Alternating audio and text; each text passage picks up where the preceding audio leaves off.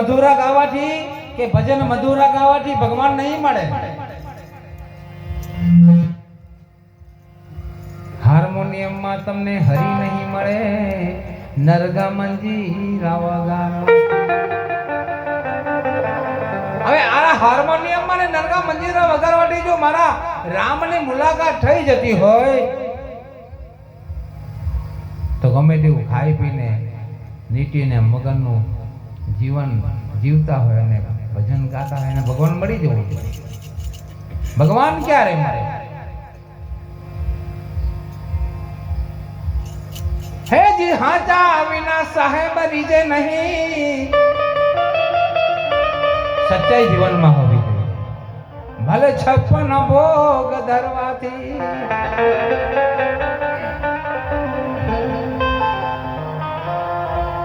એવા નીતિ વિના ભગવાન રીજે નહીં. ભલે 68 તીર્થ કરવાથી ભગવાન ક્યારે રીજે? હે જી જ્ઞાન વિના ગોવિંદ રીજે નહીં. એ જ્ઞાન વગર ગોવિંદ કોઈ દિવસ પીગળતો નથી. ભલે 56 ભોગ ધરવાથી જ્ઞાન હોવું. ભગવાન હે પરમાત્મા, તો આ સૃષ્ટિ બનાવી પ્રાણીના ભલા માટે, શરીર બનાવ્યું, આંખ ક્યાં મૂકી, કાન ક્યાં મૂક્યા, નાક ક્યાં મૂક્યું, મોઢું ક્યાં મૂક્યું, જીભ ક્યાં મૂકી. એમાં કઈક આડું અવરું કોઈને આવી જાય તો ભારી થઈ જાય. હરી તારી કરા પરમ પાડ, એમાં પહોંચે નહીં વિચાર. હરી તારી કરા જન્મતા પહેલા દૂઢ જુગતે તે કર્યા તૈયાર. જન્મતા પહેલા માતાજીના સ્તનમાં દૂધ આવે. એવી પાછળ બહુ ઠંડુ નહીં, બહુ ગરમ નહીં, બહુ મીઠું નહીં. એટલે એવી જે પરમાત્માની જે રચના, આ તો બધાની જ રક્ષા કરે, બધાને જ જીવન દાન. આપણે રાત્રે ઊંઘી ગયા હોય, હે, આપણને ખબર નહીં પડતી કે આપણે કઈ દુનિયામાં છે. ખબર પડે?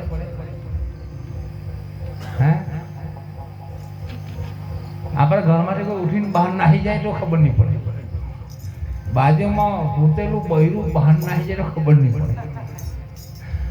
અમુક છોકરા છે ને આમ હુતેલા આમ ઉઠીને શું કે બાણું ખોલીને બહાર જવાનું, બધું ઉઠીને આવું બધું ચેષ્ટા કરે. બહુ શક્તિ ભારી છે. બધાને હાંચવનારો કોણ છે? અને હાંજે હુતા સવારે જો જલ્દી નહીં ઉઠે તો બધાને ચિંતા, હજુ ઊંડી કેમ હોઈ રહેલો છે. ઉઠારવા જાય તો મારા રામ હશે ને તો એ જાગશે, પણ મારા રામ નહીં હશે તો રામ બોલો ભાઈ.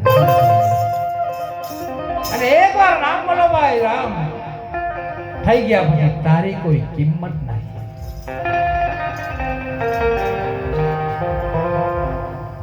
હે જી જબ તું આયો જગત में जग हसे तुम्हारो, ऐसी करणी करते चलो. એવું કર્મ કરીને ચાલ કે લોકો તારી યાદ કરીને ભાગ્ય બનાવે. ભગવાન કૃષ્ણની નિંદા થઈ, રામની નિંદા થઈ, સીતા માતાની નિંદા થઈ. બધાની નિંદા તો થતી જ રહી. તમારી બી ને મારી બી થશે, થઈ રહી છે. ચાલો ને, જય રામ. એમાં બહુ ટેન્શન લેવાની જરૂર નહીં. એ સપના ભગવાન મળે છે. ક્યાં ભગવાન ક્યાં મળે છે? હૃદયમાં, મનમાં. એટલા માટે ભગવાને ગીતાના 7મા અધ્યાયના પહેલા જ શ્લોકમાં કહ્યું કે હે અર્જુન, તો તારા મનને પ્રભુમાં લગા. નિર્મળ માનાતી સો મોહે.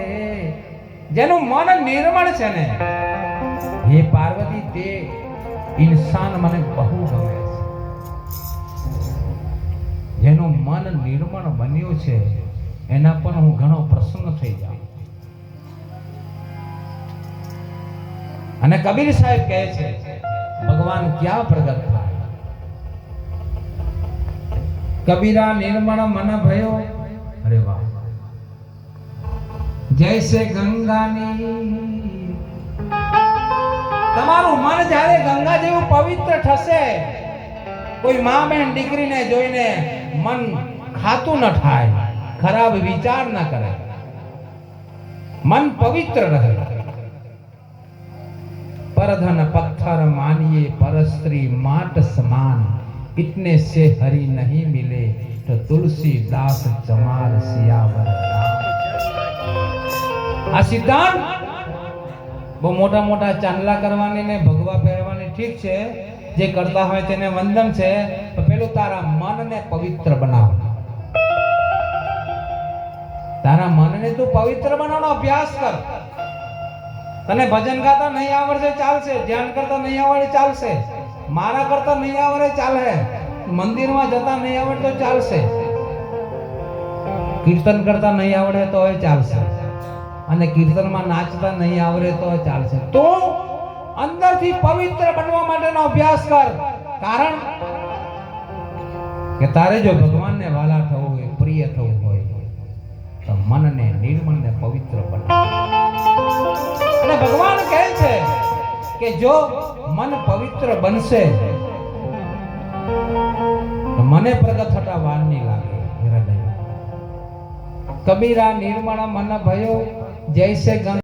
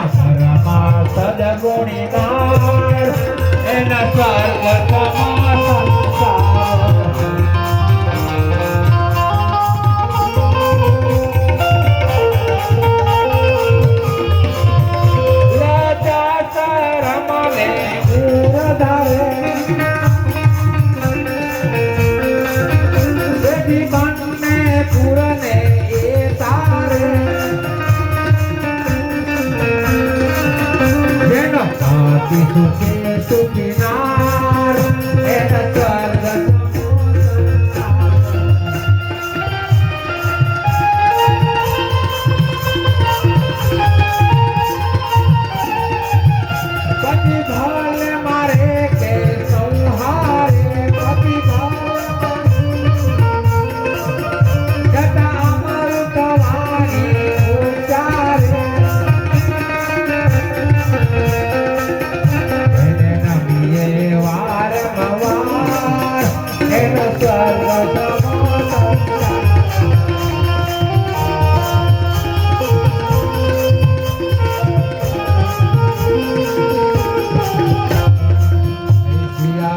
જય જય સિયા રામ જય સિયા રામ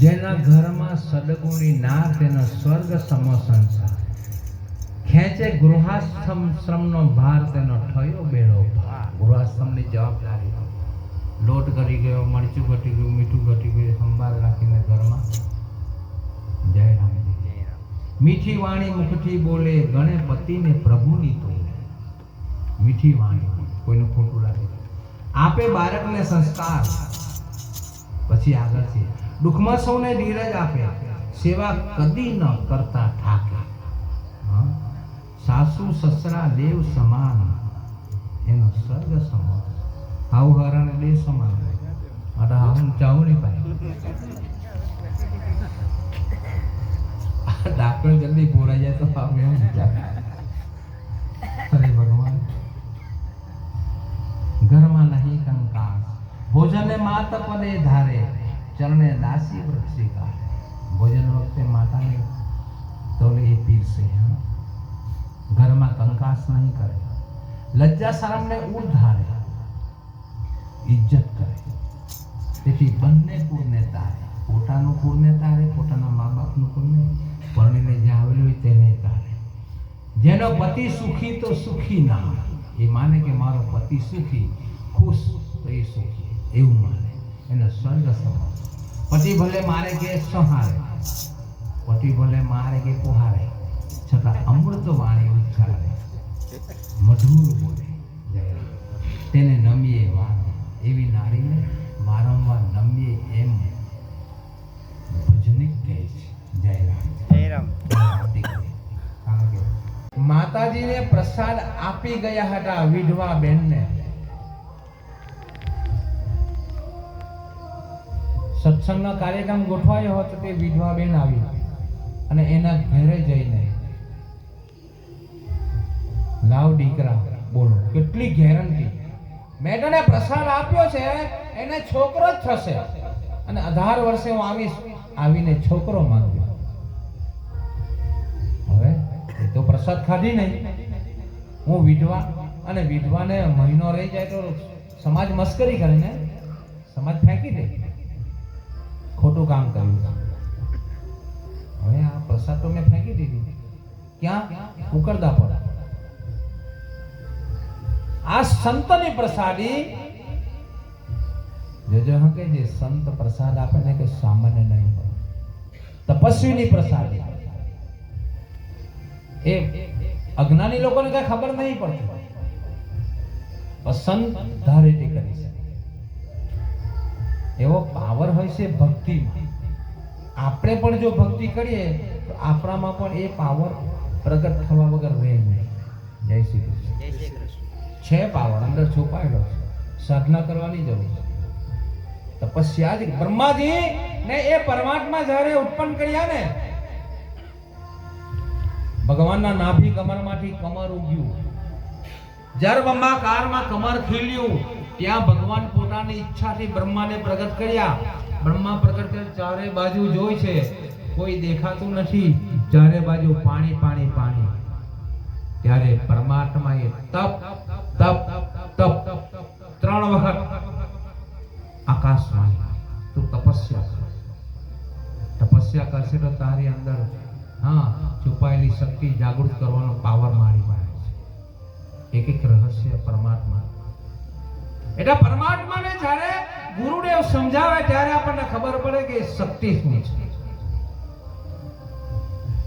જેવી તેવી કારીગરી 5 આંગળા આપ્યા કે આમ બધા હાંડા આપી દે, આમ જ કેમ નહીં આપી દીધા? કડક હે કોની હીધા કોનો એ બી હીધા થઈ જાય નહીં, કોની હીધા કોનો આ હીધા કરી નાખી દે. અને ખાવા માટે જો જ્યારે જેવું કામ તેવું એને બધું મનથી આમ મળે, બધું સંકેત કહેવાય થઈ જાય. હા ભોજન કરવા બેઠો તો કોળીએ પકડવાનું છે તો આમ થઈ જાય, હે ભાત કાપવાનું છે તો આમ થઈ જાય, હે ને હિરદી કાપવાનું છે તો આમ થઈ જાય, દાંતરડું પકડવાનું તો આમ, દાંતરડું પકડવાનું છે આમ નહીં. અંદરથી કેવી આ બધી આ રચના તો જો મારા ભગવાનની. હાંડો કાપું, હે આ બધા હાંડા જે આપેલા છે ભગવાન, એ કેવો વિચાર કરીને આ બધું બનાવ્યું હશે. આ એન્જિનિયર કે જેવો જેવો છે હું તો બહુ યાદ કરું. આંખ અહીંયા જ કેમ મૂકી, પાછળ કેમ નહીં મૂકી? જયરામજી જયરામજી. અને કાન અહીંયા જ કેમ મૂક્યા? કાન અહીંયા મૂકવું જોઈએ કે નહીં? ખબર છે કે ભવિષ્યમાં આંખનો નંબર ઘટવાનો અને ચશ્માની જરૂર પડવાની, દાંડી ટીકવા.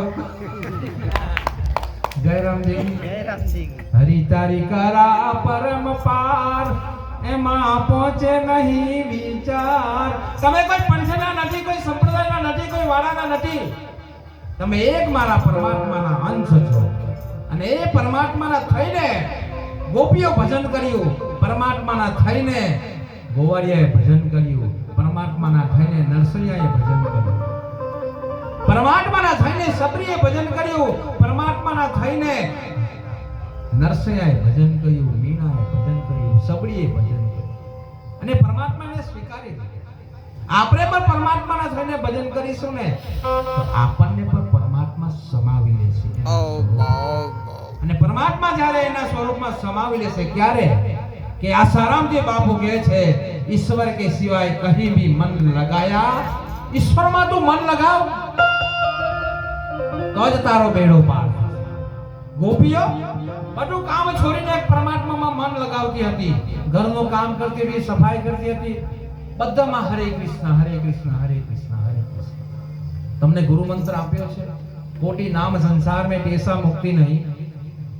એક નામ જે ગુરુ મંત્ર, અને ગુરુ મંત્રથી પરમાત્મા શક્તિ પ્રગટ થાય છે.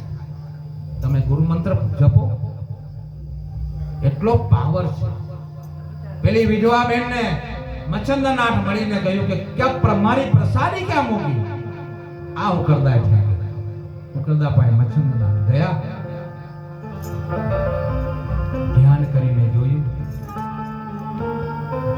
છાણ નાખતી હતી, છાણ નાખતી હતી ઉકરદા પર.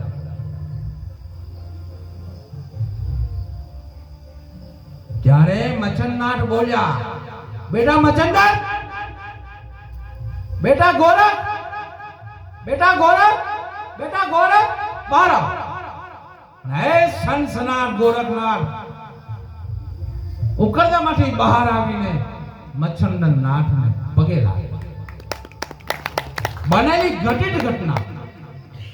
જો પરમાત્માની ભક્તિ કરનારા, તપ કરનારા અને તપસ્યામાં જેટલો પાવર હોય, એ પાવર બધા અંદર છુપાયેલા છે, દરેક મનુષ્યની અંદર છુપાયેલા છે. એ પાવર કોઈ વેચાતા લેવા જવા પડતા નથી. મારા પરમાત્માએ આ શરીરની જે રચના કરી છે ને, એમાં બધો જ માલ મૂક્યો છે, બધી જ સિદ્ધિ મૂકી છે. આપણે ફક્ત ઘસાવાની જરૂર છે. આરસાઈ ન ચાલે, બિલકુલ નહીં ચાલે. અને એ પરમાત્મા આપણા અહીંયા બેઠો છે. ક્યાં બેઠો છે? અહીંયા બેઠો છે. ટીટોડીએ અંતરથી પ્રાર્થના કરી, સાંભળી લીધી કે નહીં? પરમાત્મા દ્રૌપદી અંતરથી પ્રાર્થના કરી, સાંભળી લીધી કે નહીં? જયરામજી.